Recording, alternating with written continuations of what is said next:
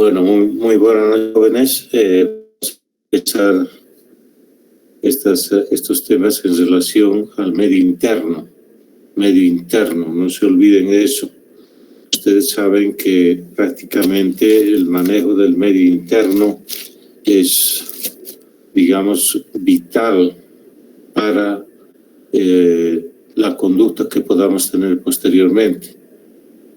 De ahí viene también ese término de médico internista, ¿no? De medio interno. Entonces, el manejo de líquidos, electrolitos y el equilibrio de ácido-base es muy importante y básico. Si bien sabemos, seguramente para algunos de ustedes, a veces son temas un poquito pesados, a veces un poco áridos, pero no nos queda otra que dedicarle el tiempo necesario, tal vez más que a otros temas, para poder entender, porque con una sola pasada, digamos así, no nos queda muy claro y podemos fácilmente llegar a confusiones en cuanto a definiciones y demás, ¿sí? Entonces, esto es importante de que podamos adentrar en nuestros conocimientos y tenerlos bien fijos para una conducta posterior. Como les dije en algunos grupos de estudiantes, independiente de la especialidad que vayan a seguir después de salir, de egresar de la facultad, todos van a aspirar a hacer alguna subespecialidad o una especialidad posterior a su egreso de la facultad. Entonces, si no estamos bien firmes en estos conocimientos de lo que es el medio interno, así sigamos la especialidad que sea, no vamos a poder actuar en forma adecuada y acertada. Estamos viendo ustedes mismos, muchas veces salen hasta en la prensa esas situaciones muy delicadas con problemas legales inclusive, ¿no? Por las negligencias que hablan, y detrás de esa negligencia a veces están las iatrogenias. Entonces, todo eso se origina a raíz de que a veces no podemos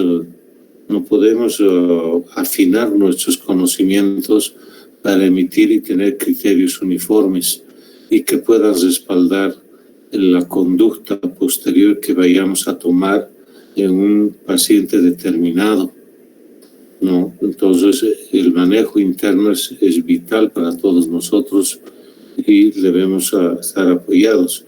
Y lo que para esto nos ayuda mucho es nuestros conocimientos, inclusive de anatomía, sobre todo de fisiología, fisiopatología, que creo que están llevando, ¿no, Adriana? Fisiopato en este nivel. Entonces, es importante ya ir canalizando hacia la clínica misma, hacia el manejo del medio interno. Sin más, entonces, podemos decir de que,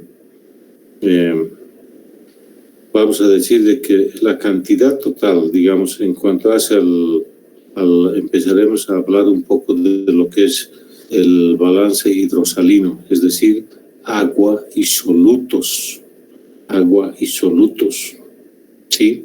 Entonces, tenemos esas definiciones de agua corporal total, por ejemplo, que define prácticamente la concentración de agua y solutos a nivel corporal, ¿sí? Donde estas cantidades, tanto de agua como de estos solutos disueltos en este elemento líquido, ¿sí?, se tienen que mantener en forma estable, tanto en volumen como en concentración, para que las células, gracias a esa membrana semipermeable que es la membrana celular, puedan intercambiar del extracelular al intracelular todas estas componentes de solutos y de agua inclusive, para mantenerse en forma estable. Y todos sabemos que ese margen es muy estrecho. Por ejemplo, si Si nos fijamos solamente en el pH sanguíneo, que sabemos que va de 7.2 hasta 7.4, ¿ves? Márgenes muy estrechos. Y ni qué decir con el manejo y concentraciones de algunos solutos que tenemos en sangre. ¿Sí? Bien. Entonces empezaremos. Y aquí en este recuadro que nos muestra la gráfica, estamos viendo todos los que tienen que ver en el cuanto hace a la regulación del balance hidrosalino, donde vamos a tener que ver de que básicamente, como dice ahí, el ion sodio determina el 86% de la osmolalidad, ¿sí? Extracelular. Tenemos que, a veces nos crea un poquito de duda esos términos de osmolalidad y osmolaridad, ¿cierto? Entonces, la diferencia está nada más que la osmolalidad la definimos por la cantidad de solutos de miliosmoles por kilogramo de agua, ¿no es cierto? En cambio, la osmolaridad se define como cantidad de solutos por 1 kilo de agua. Entonces, uno volumen y el otro peso, nada más. Pero que aparentemente el término que más nos acerca a cierta precisión es el uso del término de osmolaridad, que prácticamente nos está indicando la cantidad de solutos disueltos en un volumen de líquido, de un compartimiento, ¿no? Donde este volumen de solutos ocupa un espacio y el resto es el líquido. Por eso es más exacto hablar de eso. Otro dato importante es de que gracias a que casi todas las membranas celulares todas las células del cuerpo tienen esta bomba de sodio y potasio ATPasa, que es prácticamente sería una de las bombas que más regula, más importante en la regulación de los solutos, tanto de agua en uno y en otro compartimiento, permitiendo la entrada y salida de todos ellos, ¿sí? Donde a veces inclusive el agua puede actuar más libremente, pasar de un lado al otro. Un poquito también debemos de que para mantener esa estabilidad hemodinámica u homeostática de líquido y solutos, a veces se tiene que tratar de pensar en tres, ¿cómo se diría? En tres propósitos o tareas que de nosotros debemos tener cuando vamos a valorar a un paciente en cuanto hace al medio interno, en cuanto hace a volumen y solutos, ¿sí? Tenemos siempre que monitorear la concentración de estos solutos y el volumen del solvente, en este caso del agua, al que se encuentra, ¿sí? Lógicamente a eso volvemos a usar el término de osmolalidad. Y esto es para corregir inmediatamente algún desvío que se pueda producir.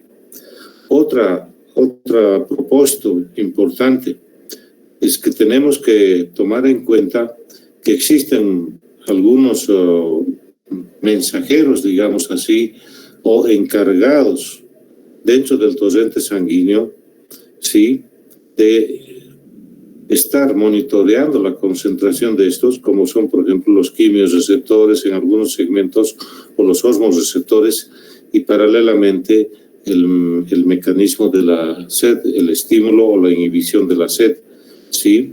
Y que inmediatamente, gracias a estos mensajeros, se consigue rápidamente restablecer en condiciones fisiológicas las concentraciones de ambos componentes, nuevamente, líquido y solutos. Y, lógicamente, una tercera tarea que siempre tenemos que estar en cuenta es que se debe regular tanto la ingesta o la entrada del líquido y su excreción, ¿no es cierto? Esto en la idea de querer mantener estable la concentración de ambos en el cuerpo, ¿sí? Donde vamos a ver que, por ejemplo, la ingesta por el tubo digestivo, o sea, la ingesta oral de líquidos, ¿sí? Y la regulación de la excreción de estos mismos en la orina. De tal modo que ese nivel de el 86% de la presencia del sodio para regular el volumen extracelular, ¿sí? Como dice ahí, es el principal condicionante para la concentración del sodio. Muy bien. A raíz de esto, vemos que esos valores, fíjense ustedes, de la osmolaridad normal extracelular de 286 hasta un 296 miliosmoles por kilo, fíjense ese máximo estrecho, ¿no? De la normalidad a la capacidad máxima que se puede tener de miliosmoles fisiológicamente. Sí, son nada más que 10 miliosmoles, si se fijan ustedes. O sea, muy estrecho es el margen de, estabilidad o de normalidad en los cuales se manejan tanto el volumen como la concentración de solutos, ¿sí? Teniendo en cuenta, como dice ahí, que prácticamente un poco más de la mitad del peso de nuestro cuerpo es agua, dependiendo, lógicamente, de la edad de la persona, ¿no es cierto? Entonces estamos aquí hablando de una persona de más o menos 60, 70 años y un peso de aproximado, una vez se toma en cuenta, de 70 kilos. La siguiente, por favor. Aquí un repasito rápido, nuevamente, en que los compartimientos en los cuales se distribuyen los líquidos solutos tenemos el intracelular y el extracelular, donde que el extracelular también a su vez se subdivide en ese espacio, ¿sí?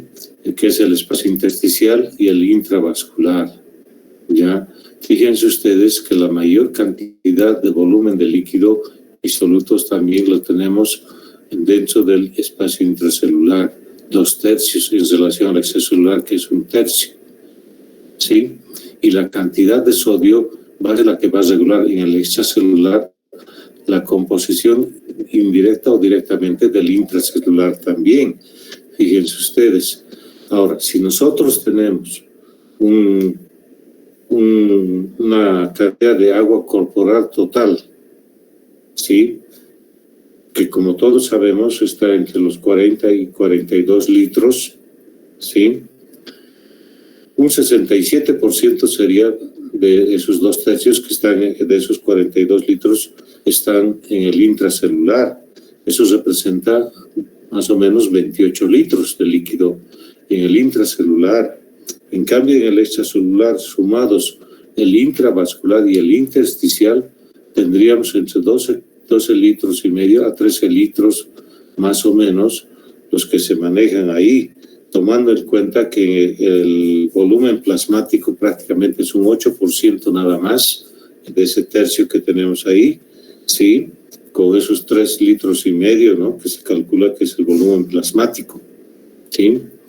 Pero aún más pequeña nos resulta ese concepto que ahora todos utilizamos de decir el volumen circulante efectivo.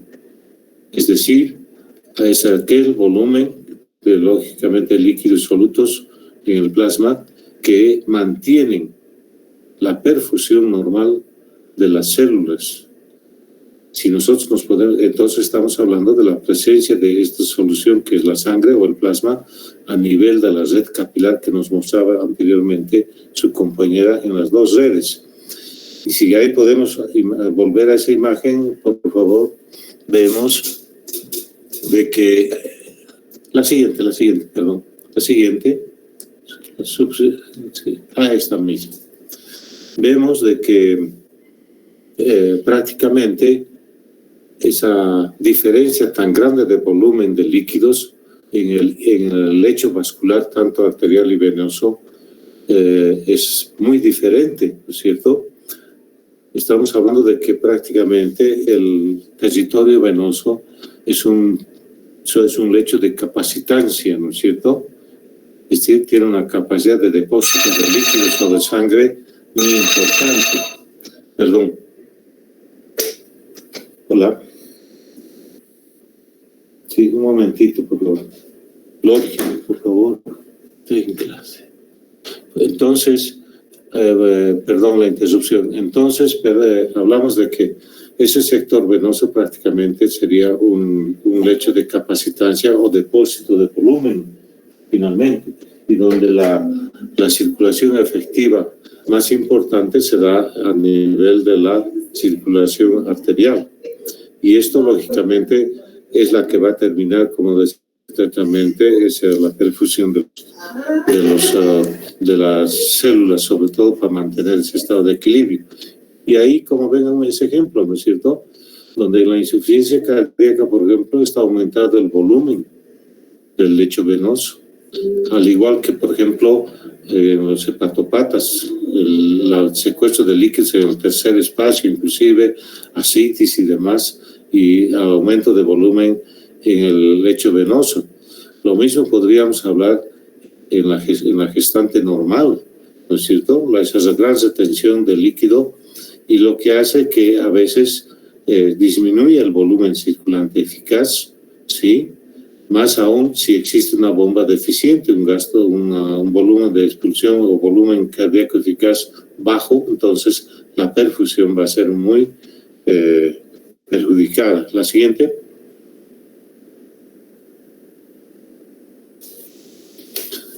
Ahora, nuevamente acá repetimos de que la composición, digamos así, de ambos ambientes grandes, el líquido intracelular, el espacio intracelular y el extracelular, sí, van a tener un estado de equilibrio, pero con componentes diferentes en uno y en otro lado, donde, como todos ya sabemos, pues en el intracelular el hormón más importante es el potasio a nivel intracelular, y al otro lado, afuera, tenemos al sodio.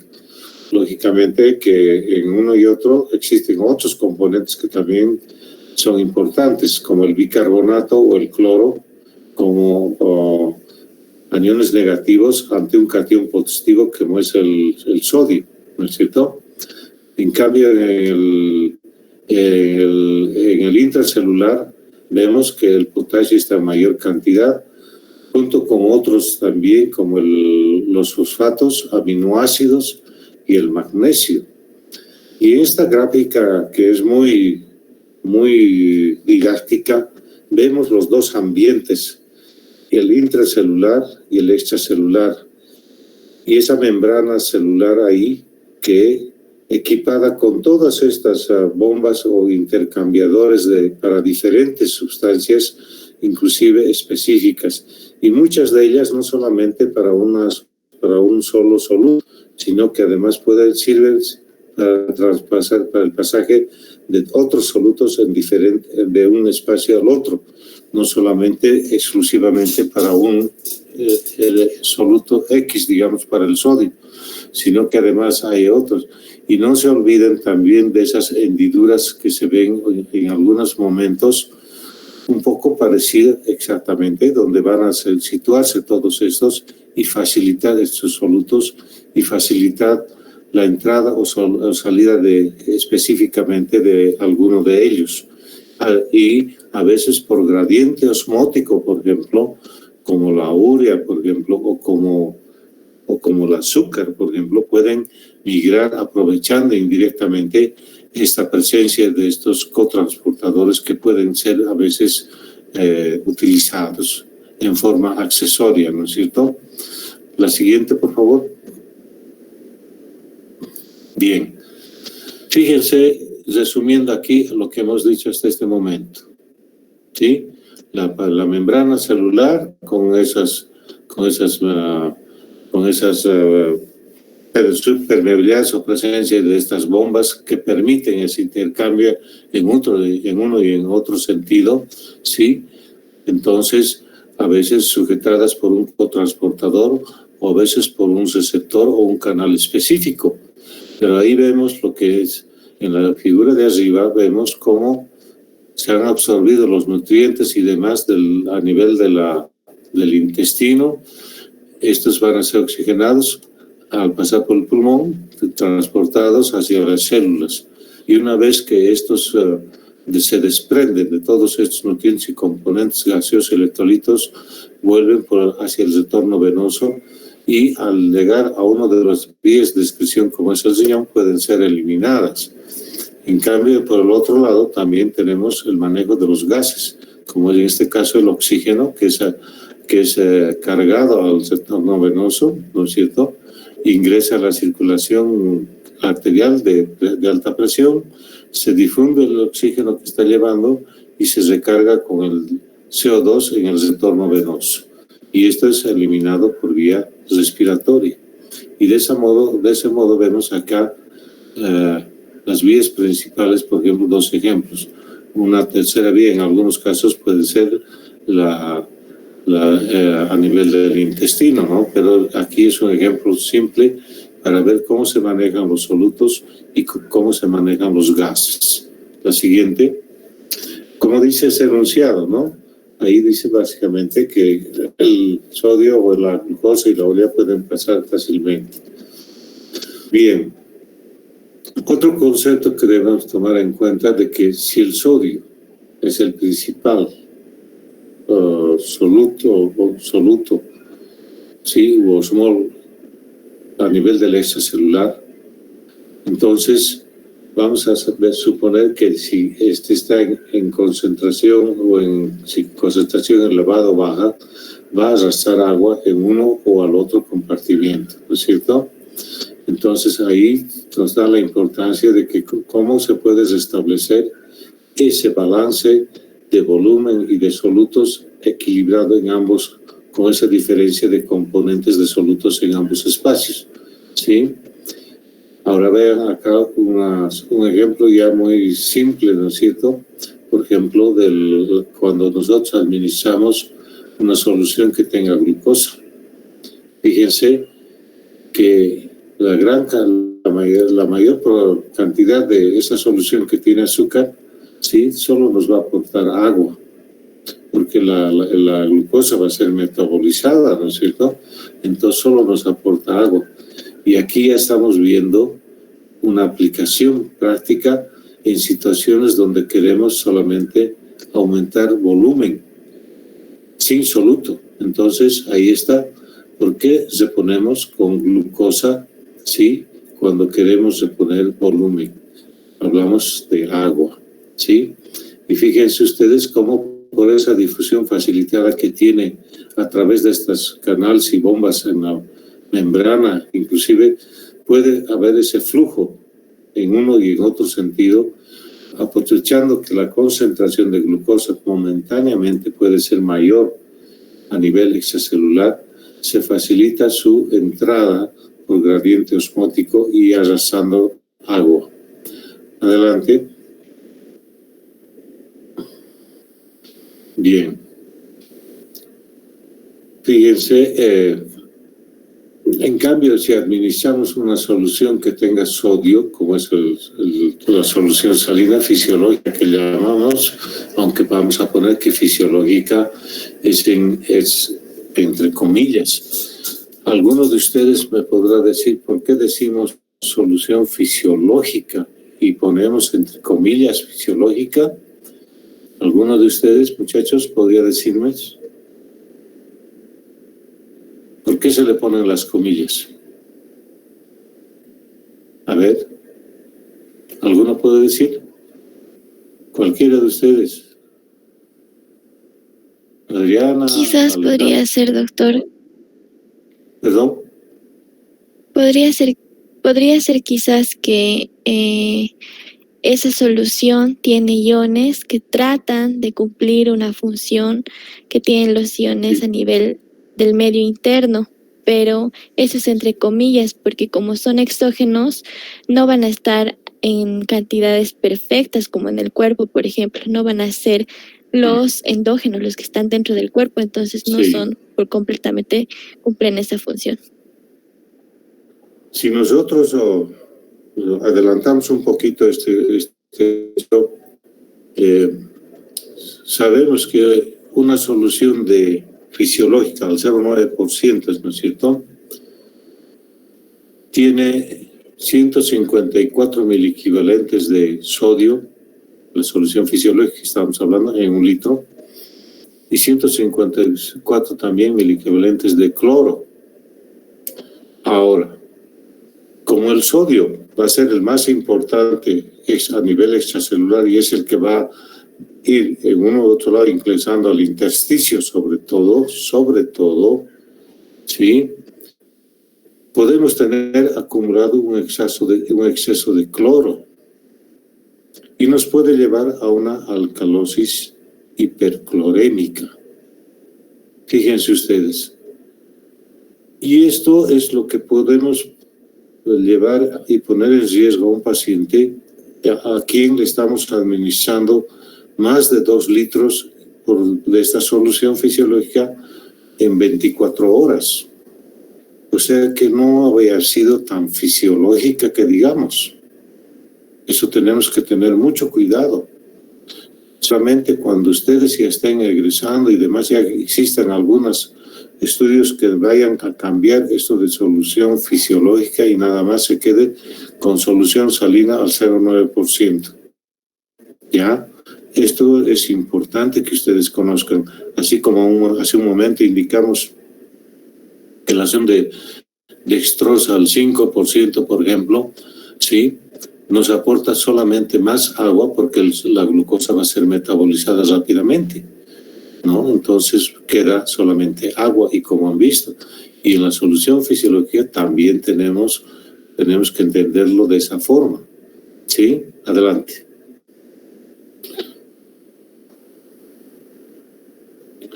Bien. Ahora, es cierto que ambos componentes, tomando como ejemplo quién regula el líquido y quién regula los solutos, vemos que ambos tienen vías separadas, ¿no? Así, por ejemplo, la concentración de sodio la vamos a tener por la osmolaridad, ¿sí? Y que va a reflejar, como dice aquí, la tonicidad. Estamos hablando de la capacidad osmótica, digamos, que tiene el líquido a nivel corporal. Entonces, vamos a tener que el líquido intracelular también va a depender mucho del volumen extracelular, pero más que del volumen extracelular, vamos a tener de la cantidad de sodio que existe en el líquido extracelular. Él es el que va, en último caso, a atraer o soltar agua de acuerdo a su concentración. Entonces, fíjense eso. Si existe un sodio normal, ¿no?, 140 miliequivalentes, ¿no es cierto?, de sodio normal en plasma, y si a esa cantidad de plasma añadimos líquido, ¿qué es lo que ocasionamos?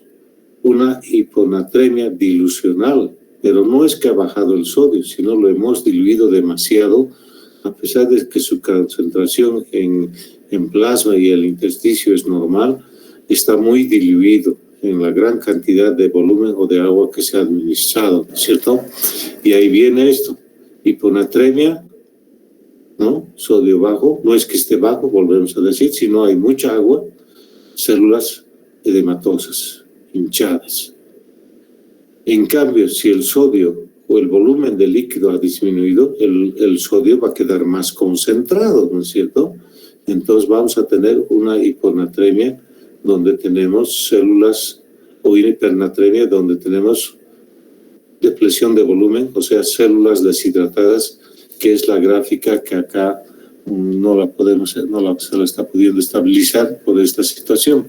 Era el ejemplo ese donde vemos hacia arriba una célula normal, abajo una célula que está siendo rodeada de agua, ¿no? Y abajo ya una célula hinchada. ¿Sí? La siguiente, por favor. Igual en esto, ¿no? Esto es otro ejemplo. Ahí vemos cómo nosotros podemos tener esa relación. ¿Sí? Ahora, aquí entra en juego un agente. ¿Se acuerdan que decíamos que hay agentes o controladores? Entonces aquí tenemos uno, como es la hormona antidiurética o vasopresina, ¿sí? y que ambos, lógicamente, en dos situaciones, esta hormona, tanto por estímulos osmóticos o el volumen que se encuentre, hace que esta hormona se vaya a secretar más, ¿sí? Entonces, vamos a ver que si el sodio, digamos, o la osmolaridad que habíamos visto de 286 miliosmoles, sube 1 o 2%, inmediatamente empieza a ser secretada la hormona antidiurética para reabsorber líquido, ¿sí? A nivel renal, ¿no? Producir vasoconstricción, porque sabemos que también en parte ayuda a eso, y aumenta la volemia, sobre todo por esa reabsorción de agua que se va a producir. En el otro lado, ¿sí? Por el volumen, es decir, los vasoreceptores son sensores de presión, ¿no es cierto? Entonces, una presión disminuida inmediatamente también es un estímulo para que se produzca la liberación o secreción de hormona antidiurética, ¿sí? Y fíjense ustedes, descensos mínimos de la volemia de 5 a 10%, dice, o cuando hay un descenso de la presión o del gasto cardíaco. Entonces, ahí se va a producir la recuperación de esa cantidad de agua que vemos para que se pueda hacer reentrada hacia la red de vasos, ¿no es cierto? Y restablecer rápidamente la composición y concentración de los solutos y del volumen de agua y recuperar, establecer rápidamente la osmolaridad en esos ambientes. Siguiente. Bien.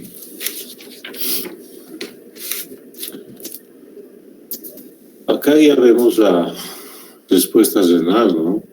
Siempre va a haber de que el riñón va a tratar de regular la excreción de solutos y de líquidos de acuerdo a lo que haya que retener o eliminar. No nos olvidemos de eso, ¿sí? Entonces, otra vez repitiendo, si hay un exceso de agua, la osmolaridad va a quedar diluida, ¿no? Aunque el sodio sea normal, ¿sí? Por lo tanto, al estar el sodio muy diluido, disminuye su capacidad de retener el líquido y va a dejar escapar líquido hacia las células. Por lo tanto, va a haber entrada de agua al líquido intracelular y edema. ¿Sí? Entonces, una vez que se ha producido el restablecimiento, ¿sí?, se va a inhibir esa respuesta fisiológica normal, que es no solamente aumentar la ingesta de sed, del agua por la sed, se va a reducir eso, ¿sí? Y se disminuye la producción de hormona antidiurética y se reduce la entrada de agua o la recuperación de agua. Por lo tanto, ese exceso de agua va a ser eliminada por el riñón. Y de esa forma, al estar disminuida la acción de la hormona antidiurética, sobre todo, no se va a reabsorber agua y se va a eliminar, ¿sí? Y al contrario, si existe déficit de agua, todo el agua que le llegue al túbulo distal y colector, por la presencia tanto de la hormona antidiurética que va a introducir por los acuoferrinas rápidamente el agua, y muy cerca de ella están los receptores también de la aldosterona, ¿no es cierto?, que estimula la reabsorción de sodio y pasivamente también para facilitar la entrada o reabsorción de agua a ese nivel, y el sodio que se reabsorbe va a ser intercambiado por potasio, y el potasio también va a ser intercambiado por hidrógeno. Entonces el potasio vuelve a la circulación y el hidrógeno es sacado hacia la luz tubular, y con el bicarbonato que está viniendo desde la producción del túbulo proximal, entonces se forma ácido carbónico, y ácido carbónico que llega a por la selección de Henderson-Hesselbach, en dióxido de carbono y agua. ¿No es cierto? Primero ácido carbónico, H2CO3, se libera un oxígeno y se queda un dióxido de carbono y una molécula de agua. Eso es lo que se está manteniendo todo el tiempo fisiológicamente. La siguiente.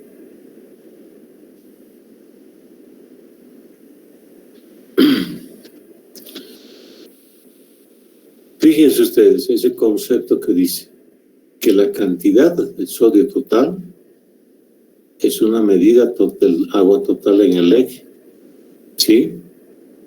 Y donde vamos a tener que los cambios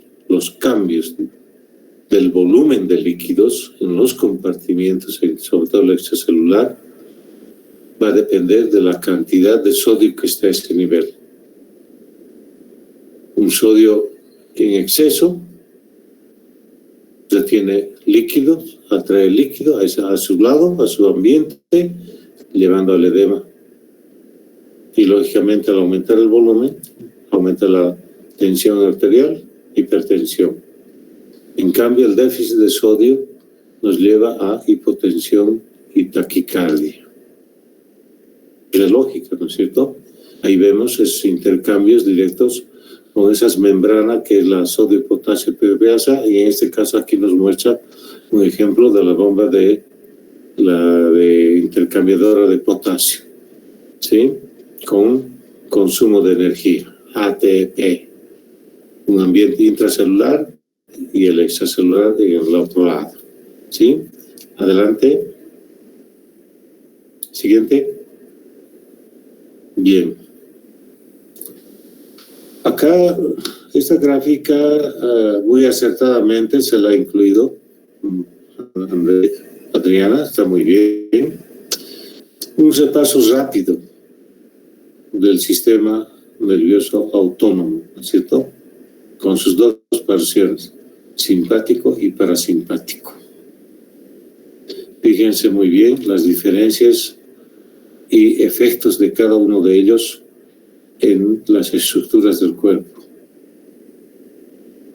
Es un recuerdo básicamente, ¿sí? Y donde nos vuelve a recordar de que aparte de la presencia de estas bombas que existen intercambiadoras de solutos a nivel de la membrana celular, por fuera de ellos, así como hemos visto los sensores de volemia y osmóticos para la liberación o inhibición de la hormona antidiurética, acá tenemos también otros controladores externos, digamos así, que tienen que ver con la regulación también de la concentración de líquidos y de solutos. Por ejemplo, el sistema renina-angiotensina-aldosterona, el sistema nervioso autónomo, como lo estamos viendo ahí, el péptido natriurético atrial y la hormona antidiurética. Fíjense, o sea que no solamente es tanto la concentración de sodio o de agua que es la que va a regular, sino también existen estos otros controladores superiores. Y aquí lo que tenemos que tomar en cuenta es un hecho importante, jóvenes. Fíjense que todos esos sistemas que controlan el sodio con sus efectores, que es la producción o inhibición de algunas hormonas, viene de origen central. Entonces, acá ya viene un poco lo que es la aplicación clínica, ¿no? Entonces, si es un paciente que tiene alguna lesión, contusión, edema, hemorragia cerebral, fíjense que muchos de esos componentes van a dejar de actuar y empieza el desequilibrio en cuanto a la estabilidad del volumen y de los solutos, ¿ya? Y aquí hay un dato, un término que es deshidratación, ¿sí? Deshidratación dice porque hay una disminución del volumen extracelular, déficit combinado de agua y solutos. Eso entendíamos, deshidratación. pero lo ideal sería utilizar ese término que lo hemos resaltado de depresión de volumen o hipovolemia, ¿sí? Donde deshidratación sería solamente pérdida absoluta de agua, no de solutos. Y que al haber pérdida absoluta de agua, ¿qué es lo que pasa? El sodio va a quedar más concentrado, igual hipernatremia. ¿Sí? De esa forma tenemos que entender los trastornos que nos puede ocasionar un desequilibrio en cuanto hace al manejo de los electrolitos. Y como el sodio es el más importante, vamos a vernos de que pues mucho de la clínica va a estar en la dependencia del sodio, del manejo del sodio que podamos hacer en aquel paciente que está en un momento dado incapacitado de regular por sí mismo porque sus sistemas están anulados o inhibidos, como es un paciente en coma, por ejemplo, ¿no? Entonces no es fácil de corregir toda esa situación. Adelante, por favor.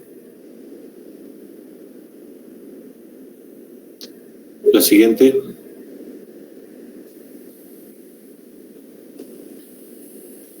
Por lo tanto, un nuevo reforzamiento de esas tres tareas que tenemos que decir. Decíamos monitorización periódica seguida, digamos, de los componentes componentes que se encuentran en los espacios de líquido que tenemos intra y extracelular, sobre todo la monitorización de sodio y de agua, básicamente volemia.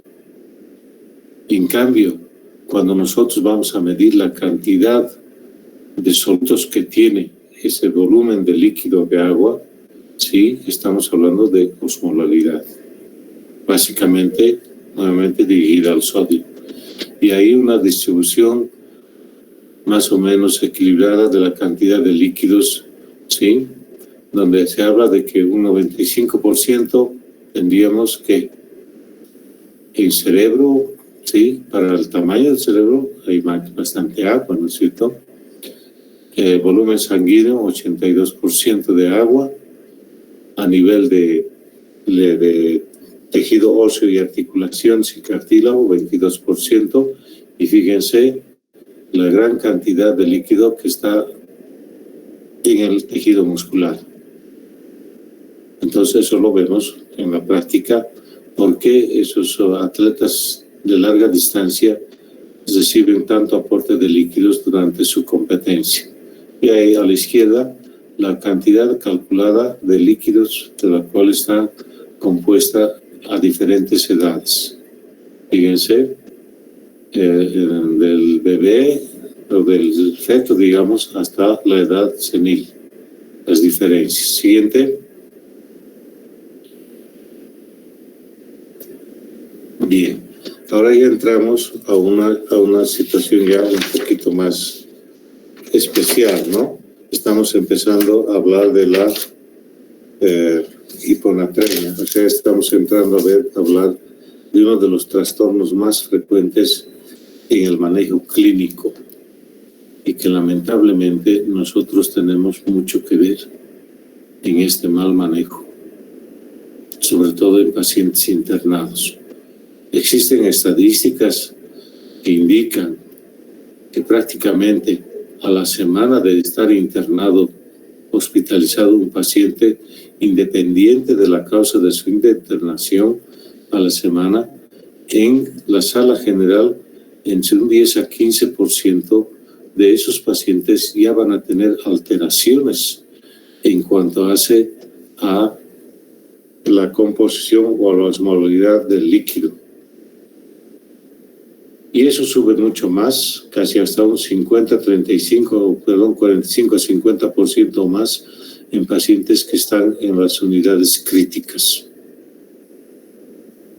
Entonces, ahí nos damos cuenta, porque las alteraciones de electrolitos a nivel de la población en comunidad es de 2-3% nada más. Entonces, dense cuenta ustedes cómo nosotros tenemos que manejar rápidamente y estar capacitados y ser competentes para evitar que ese paciente que sea internado por alguna causa se asocie después con una alteración en el equilibrio de líquidos y electrolitos y añadimos una comorbilidad más a su evolución. Esa es la importancia que nosotros tenemos que tomar en cuenta para ver que debemos manejar esto en la mejor forma posible, y para eso necesitamos bases sólidas, conocer todos estos conceptos para hacer una reposición o corrección rápida y no dejar que esto progrese, porque el riesgo de deterioro de la vida y inclusive la pérdida del paciente puede ser ocasionada si no tomamos en cuenta todo esto. Sí. Fíjense ese concepto que dice arriba. Un paciente con edema o ascitis tiene un aumento del volumen extracelular. Así es.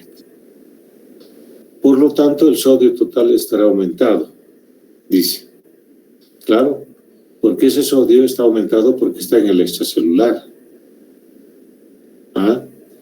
Y aunque ese sodio esté bajo en sangre, es decir, que está diluido, ¿no?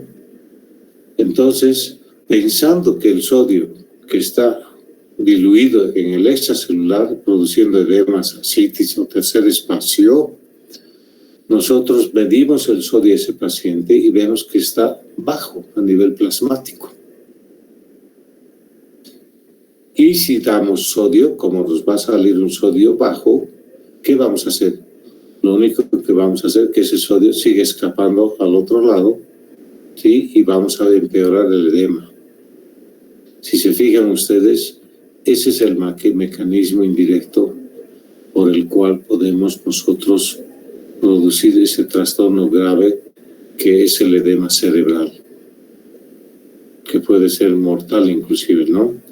Entonces, acá es resaltado la concentración plasmática normal, los límites normales en los cuales se maneja el sodio, el 135 a 45 miliequivalentes por litro, y ahí esas unidades que es necesario que aunque sea se las anoten, muchachos, porque eso es importante.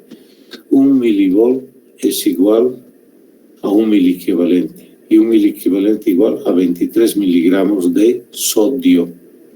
23 miligramos de sodio. Entonces, acá ahora nos toca saber 1 gramo de sodio, ¿cuántos miligramos nos aporta de sodio? Y ese gramo de sodio, ¿cuántos miliequivalentes nos va a aportar? Si no sabemos eso, no vamos a poder manejar. Teniendo en cuenta que, si hemos dicho hace un momento, que la solución fisiológica, por ejemplo, tiene 154 miliequivalentes de sodio, y aquí vemos que el límite normal es máximo 145 miliequivalentes. Entonces, se dan cuenta ustedes que esa solución fisiológica no había sido tan fisiológica. Y si erróneamente no hemos medido muy bien la concentración del sodio plasmático y nosotros entusiastamente indicamos que se le administre una solución y siempre, ¿no? Como es fisiológico, entre comillas, todo el mundo canaliza una solución fisiológica a un paciente. Si ustedes han debido ver en su asistencia a los centros hospitalarios y demás que han empezado a ver, son muy pocos los pacientes que están con una sinvenoclisis. La mayoría están recibiendo. Y si nosotros nos pusiéramos a revisar bien, seguramente muchos de ellos innecesariamente están recibiendo soluciones parenterales con electrolitos. Esto es lo que tenemos que aprender. ¿Sí? Y la hiponatremia, como dice ahí, hablamos de un sodio menor a 135. Y siempre va a ser por retención de agua a nivel renal, o sea, insuficiencia renal, que va a diluir el sodio en un exceso de agua que se retiene. Siguiente. Siguiente. ¿Sí? Ahí están las consecuencias. Fíjense, parecería que estuviéramos hablando algo que no está, que no nos parecía así simple vista que no, porque aquí vemos, fíjense, a un deportista perdiendo líquido por la sudoración, por la respiración, por la actividad muscular exagerada que tiene, ¿no? Y arriba nos dice que la hiponatremia se debe a hiperhidratación neuronal, o sea, neuronas hinchadas, edematizadas, y ocasionadas por el paso del agua del extracelular al intracelular. ¡Ah, caramba! Entonces, ¿qué es lo que estamos teniendo acá? Que esa célula nerviosa, en este caso, se está edematizando y el sodio se está diluyendo. Y en la tentativa de corregir que el sodio está facilitando también el arrastre de agua, empieza a excretarse el osmolito importante intracelular como es el potasio, ¿no es cierto? Tratando de salir. Entonces se produce una hipopotasemia intracelular con una hiperpotasemia extracelular, que eso es lo que generalmente vemos en un paciente, ¿sí? En una paciente deshidratado. Un sodio normal y un potasio que puede estar aumentando. Y ahí tenemos la consecuencia. La rigidez de la cavidad craneal impide que el edema cerebral se pueda aumentar con cierta tolerancia, digamos así, pero no es así. Entonces, podemos producir un edema cerebral con enclavamiento de las amígdalas y, lógicamente, la pérdida del paciente. Esto es lo que tenemos que tener en cuenta. Siguiente. Entonces, ya están viendo que la clínica preponderante del paciente por trastorno de sodio alto o bajo se va a manifestar a nivel central. ¿Sí? Lo que les antecedíamos, expulsión de potasio y otros como los fosfatos y aminoácidos orgánicos del intracelular hacia afuera para tratar de arrastrar y disminuir el edema. Y en un principio la célula cerebral consigue con eso corregir ese edema.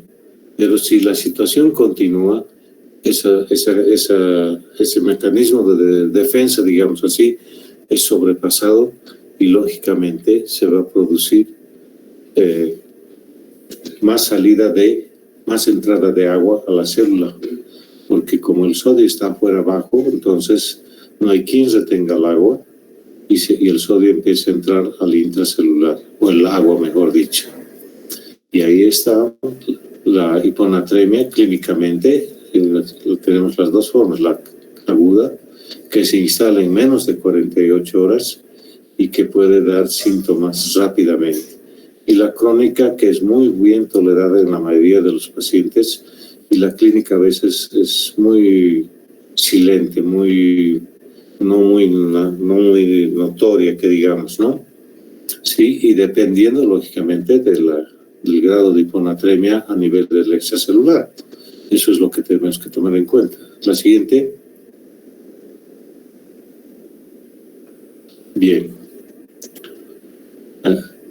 Nuevamente reforzar ese criterio. Los síntomas de una hiponatremia, en primer lugar, sistema nervioso central, con todas esas manifestaciones. ¿Sí? A nivel muscular, habíamos visto la cantidad que tiene ahí el músculo, calambres, fatiga, caídas, fracturas. Lógicamente aquí está simplificándose ¿no? No vamos a pensar que parte de esa sintomatología muscular también sea la acidosis láctica que se produce a nivel rodeando las fibras musculares, ¿no es cierto? Que sería otro que ayuda a eso. Y lógicamente la presencia de nitrogenados, urea, ácido úrico, pero básicamente ahí tenemos a nivel muscular la reposición o la depleción de sodio. Otros, como dicen, y a eso se va a sumar la enfermedad, los síntomas que tenga el paciente de su enfermedad de base. Imagínense un diabético. Es el típico, ¿sí? O el hipertenso que toma antihipertensivos y además diuréticos. Entonces, de la sintomatología leve, como dice ahí, fíjense, si no corregimos y actuamos adecuadamente, vamos a ir acentuando la sintomatología del paciente. Ahí está, el mayor deterioro de la capacidad central, sistema nervioso central, y al mayor grado de gravedad, fíjense, convulsiones, coma, estupor, coma, convulsiones, dificultad respiratoria. ¿Sí?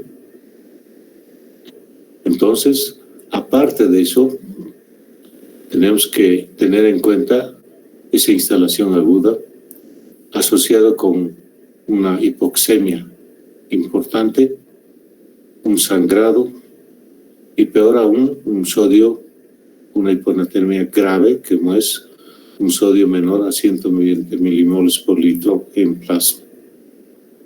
Siguiente.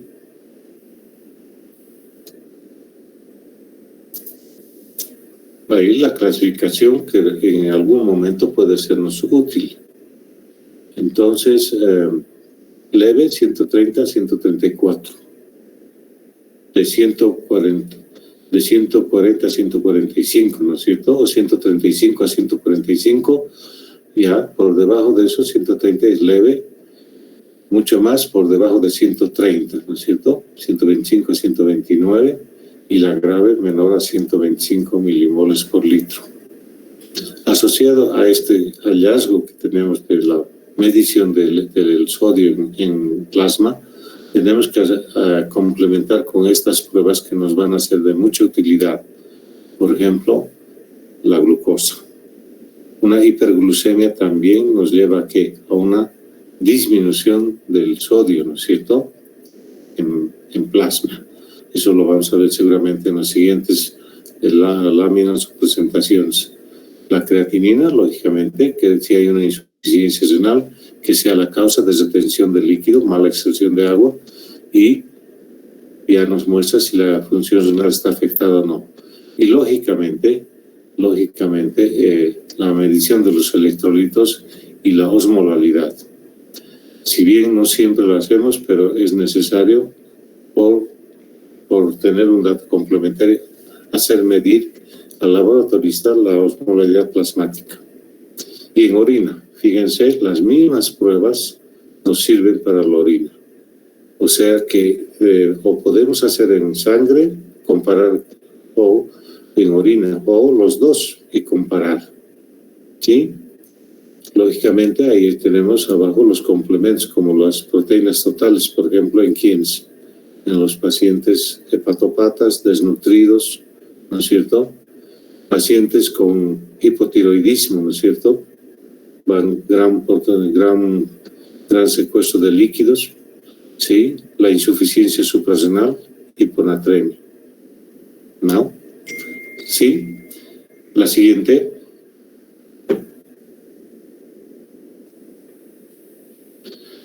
Acá vemos una de ellas, la hiponatremia o pseudohiponatremia. Fíjense, aquí tenemos que tener cuidado, no debemos olvidarnos de estos datos. ¿Sí? La hipertrigliceridemia, la hiperproteinemia, como por ejemplo en el mieloma múltiple, proteínas anormales, ¿no es cierto? ¿Sí? O una situación, fíjense, el tercer enunciado. Eso es lo que nosotros ocasionamos. ¿En quiénes? En pacientes en quienes se está haciendo una limpieza de intestino con glicemia, ¿no? Para un preoperatorio, o el lavado vesical para una cirugía de próstata, por ejemplo. Entonces, ambos tienen gradiente osmótico, entonces nos van a reabsorber agua, facilitar la reabsorción de agua y aumentar el volumen a nivel plasmático y dilución. Al igual que la hipertrigliceridemia, por ejemplo, como tiene gran cantidad de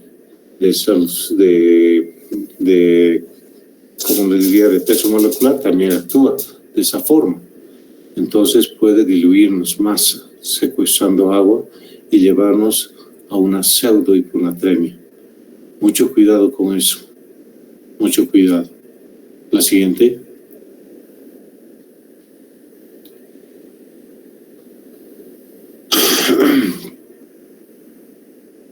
Osmolalidad elevada. Hiponatremia dilucional. Fíjense lo que les mencionaba hace un momento, ¿no? Por cada 100 miligramos de glucemia se puede disminuir 1.6 a 2.4 milimoles de sodio, hasta cuando la glucemia llega a 400 miligramos por decilitro. Ahí estamos viendo cómo se puede descompensar ese paciente. ¿Se dan cuenta? Entonces, aparte de eso, de esa disminución de la anatremia que tenemos por atracción osmótica de la glucosa descompensada, un diabético descompensado, ¿no? Entonces tiene una diuresis osmótica, atraído por la gran cantidad de glucosuria que tiene, presencia de exceso de azúcar en la orina, arrastrando no solamente agua, sino también sodio o electrolitos. ¿Sí? El manitol igual, una molécula que tiene un gradiente osmótico, ¿no? Atrae líquido. Por eso es que se usaba tanto, y todavía se usa en situaciones de depresión de volumen, tratar de dar un poco de manitol para aumentar el volumen intraplasmático de agua. Y lógicamente, como es también otro azúcar, produce una diuresis osmótica. Entonces nos sirve y por el otro lado también nos puede perjudicar. Y ahí recién tenemos la osmolaridad disminuida o hiponatremia hipotónica o verdadera. Siguiente.